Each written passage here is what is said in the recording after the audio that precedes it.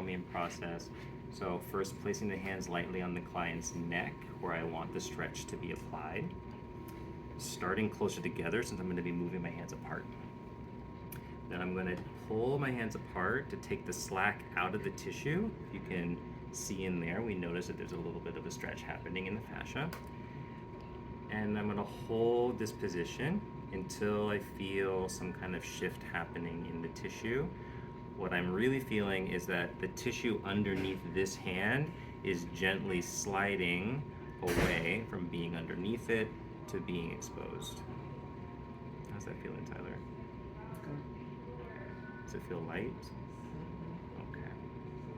You can also encourage your client to breathe deep. I'm going to take a deep breath. And that also has the added benefit of moving the structures and creating more of a myofascial pull. Okay. And then you can go ahead and move the screen and slide on the iPad. And then Iana, can you read the effleurage portion? Effleurage is performed with long Gliding strokes in parallel to the muscle and fiber directly across the fiber. Technical swiping.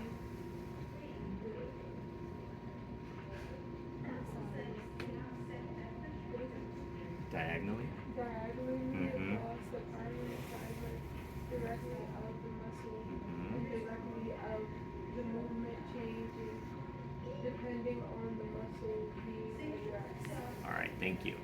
So I'm going to take my knuckles here and I'm going to apply these effleurage strokes across the trapezius through the lateral rotators and up into the suboccipitals. Gentle effleurage gliding, just to sort of spread the emollient, warm up the tissue. I can also hold on to the back of the neck extensors, and just slowly move across them, longitudinal with the fiber direction, all stuff that I'm sure you've all done before. Cross fiber techniques, we'll work on the lateral flexors, scalenes, right? They go from superior to inferior, from the cervical spine down to the ribs. So while I work perpendicularly, I can feel all of those tissues, just a easy sweeping cross fiber. All right, and Jamie, can you read C? Highlighting the cervical extensors. Deep stripping techniques are applied to the cervical, erector, spinae, and extensor muscles.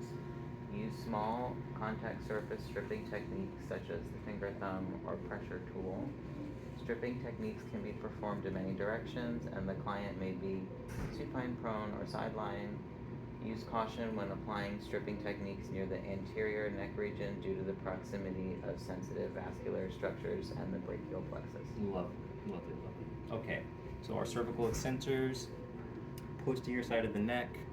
I'm going to start down by C7. I've got Tyler's head in my left hand. I'm using my right hand to apply some pressure and also move the head away slightly to give myself more access, and then shorten everything by bringing it back to neutral. That applies more pressure without more muscular use.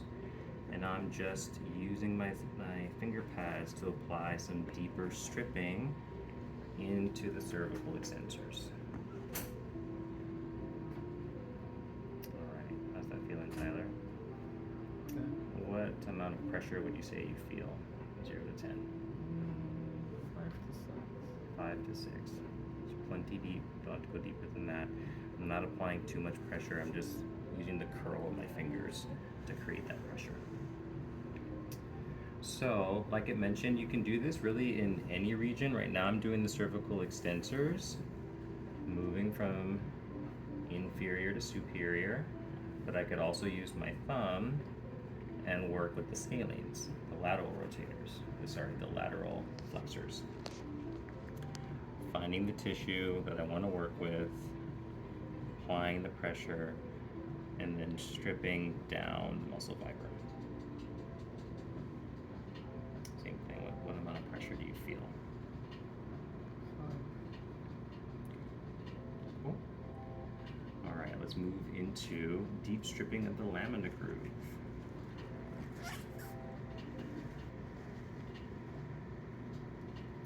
And actually, Jen, could you read that one for me?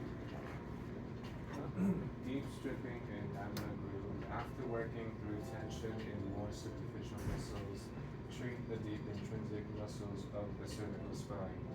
Use the thumb or fingertip to apply deep longitudinal stripping techniques to muscles in the lamina groove. One hand holds the head while the other hand performs the stripping technique in the lamina groove. It is easiest to treat these muscles if the thumb is used.